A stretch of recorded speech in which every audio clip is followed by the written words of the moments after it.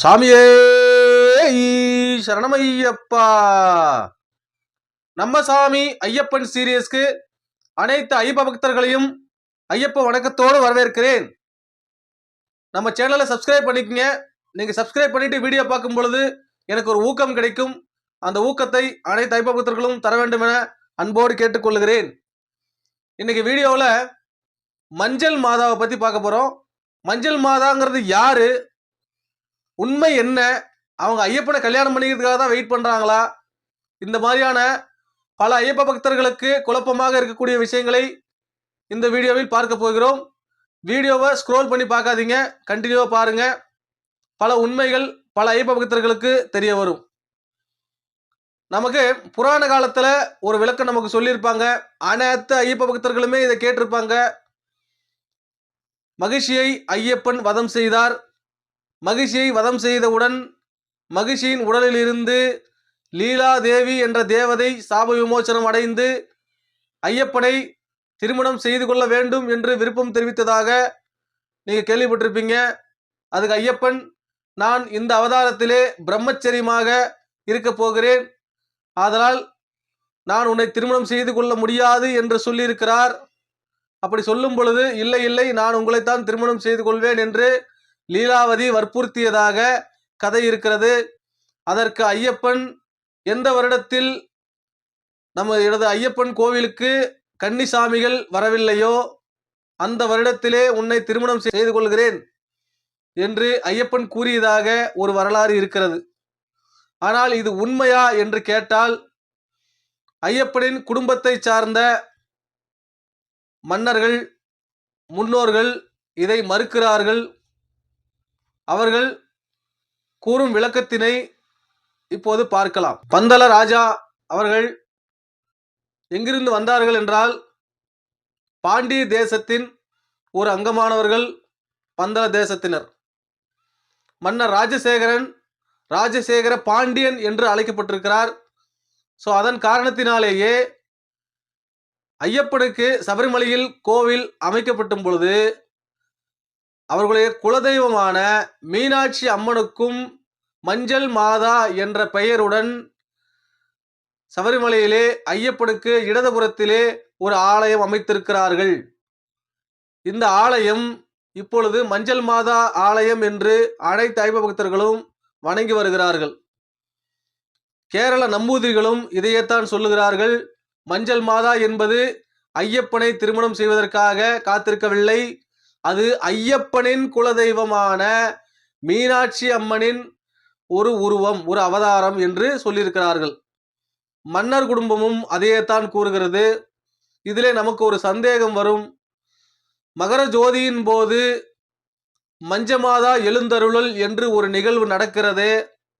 அந்த நிகழ்வின் போது யானையின் மீது மேளதாளங்களுடன் ஆரவாரத்துடன் வரக்கூடிய மஞ்சள் மாதா வந்து சரங்குத்தியிலே புதிய சரங்குத்திகள் இருக்கிறதா என்று பார்வையிட்டு, அந்த நேரத்திலே சரங்குத்திகள் இருக்கும் காரணத்தினால் துக்க நிகழ்வோடு, அதாவது இந்த வருடமும் திருமணம் செய்து கொள்ள முடியாது என்ற துக்க நிகழ்வோடு அவர் மேலதாளங்கள் இல்லாமல் திரும்பவும் சன்னதிக்கு செல்கிறாரே என்ற ஒரு எண்ணம் சில ஐயப்ப பக்தர்களுக்கு எழக்கூடும்.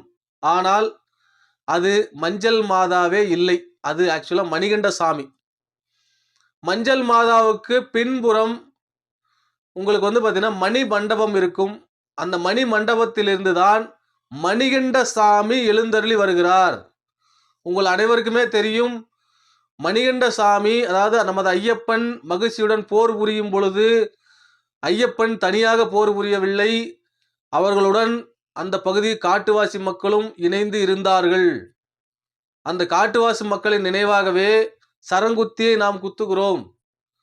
ஸோ அப்படி அந்த சரங்குத்திகள் என்பது ஐயப்பனின் போர் வீரர்கள் என்று கணக்கில் எடுத்துக்கொண்டால், மணி மண்டபத்திலிருந்து மணிகண்ட சாமி கிளம்பி நேராக சரங்குத்திக்கு வந்து தனது போர் படைகளின் புதிய வீரர்கள் எத்தனை பேர் இருக்கிறார்கள் என்று பார்வையிடுவதாக அர்த்தம் கொள்ளப்படுகிறது.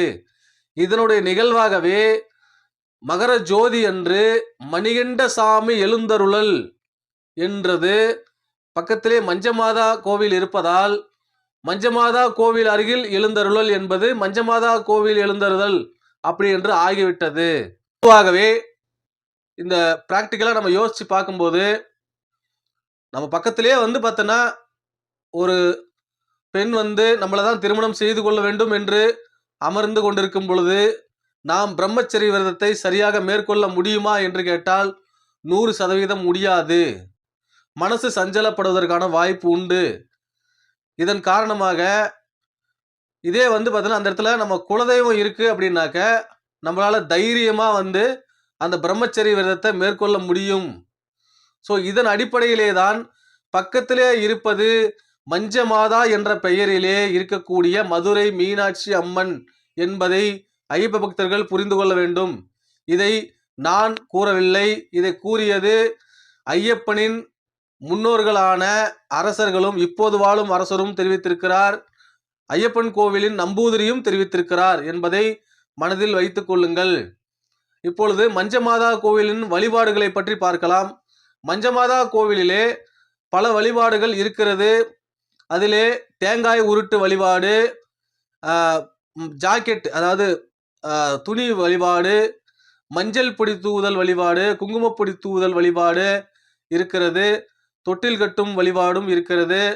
இதிலே பார்த்தீர்கள் என்றால் மஞ்சமாதா கோவிலிலே அந்த ஜாக்கெட் பிட்டு பார்த்தீங்கன்னா எடுத்துட்டு போயிட்டு நீங்கள் அங்கே வச்சு கும்பிட்டுட்டு அந்த ஜாக்கெட் பிட்டை வீட்டில் இருக்கிற பெண்களுக்கு கொடுக்கும்போது அவர்கள் பூரண நலத்துடனும் குடும்பம் செல்வ செழிப்புடனும் இருக்கும் என்பது ஒரு நம்பிக்கையாகிறது.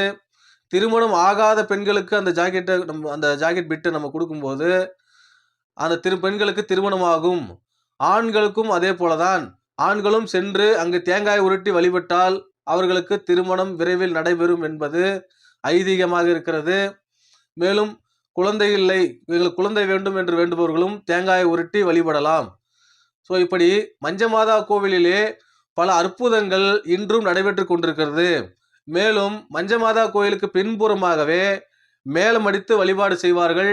அந்த மேளம் என்பது அந்த மேளம் அடித்து வழிபாடு செய்யும் பொழுது மஞ்சமாதாவிற்கும் சரி அங்கிருக்கும் உபதெய்வங்களுக்கும் சரி மிகவும் பிடித்தமான விஷயம் என்பதால் அந்த மேளம் அடித்து வழிபாடு செய்கிறார்கள். அதுக்கு நாம் ஒரு சிறு தொகையை அன்பளிப்பாக கொடுக்கிறோம். மேலும் ஐயப்பன் அந்த மஞ்சமாதா கோவிலுக்கு இடதுபுறமாகவே வெடி வழிபாடு என்று ஒன்று உள்ளது. அந்த வெடி வழிபாடு என்பது மிகவும் முக்கியமானது. அந்த வெடி வழிபாடு என்பது ஆரம்பத்திலே காட்டு விலங்குகள் ஐயப்பன் கோவிலுக்குள் ஐயப்ப பக்தர்களை தொந்தரவு செய்யக்கூடாது என்பதற்காக துவங்கப்பட்டதாக சொல்லுகிறார்கள். ஆனால் இப்பொழுது வன தேவதைகளை திருப்திப்படுத்துவதற்காக அந்த வெடி வழிபாடு செய்வதாகவும், நீலிமலை ஏற்றத்திலே உங்களுக்கு உருண்டை, ஒரு அரிசி உருண்டை மாதிரி இருக்கும், அந்த அரிசி உருண்டையை தூக்கி போட்டு வன தேவதைகளுக்கு நாம் ஆகாரம் அளித்து ஆசி பெறுவதாகவும் ஒரு வழக்கம் இருக்கிறது. நாளை முக்கியமான மகர ஜோதியை பற்றி பார்க்கலாம். மகர ஜோதியின் விளக்கம் என்ன, மகர ஜோதி அன்று நடைபெறும் நிகழ்வுகள் என்ன, அதை பற்றி பார்க்கலாம். நம்ம சேனலை சப்ஸ்கிரைப் பண்ணிக்கோங்க, லைக் பண்ணுங்க, ஷேர் பண்ணுங்க, கமெண்ட் பண்ணுங்க. சுவாமியே சரணமையப்பா.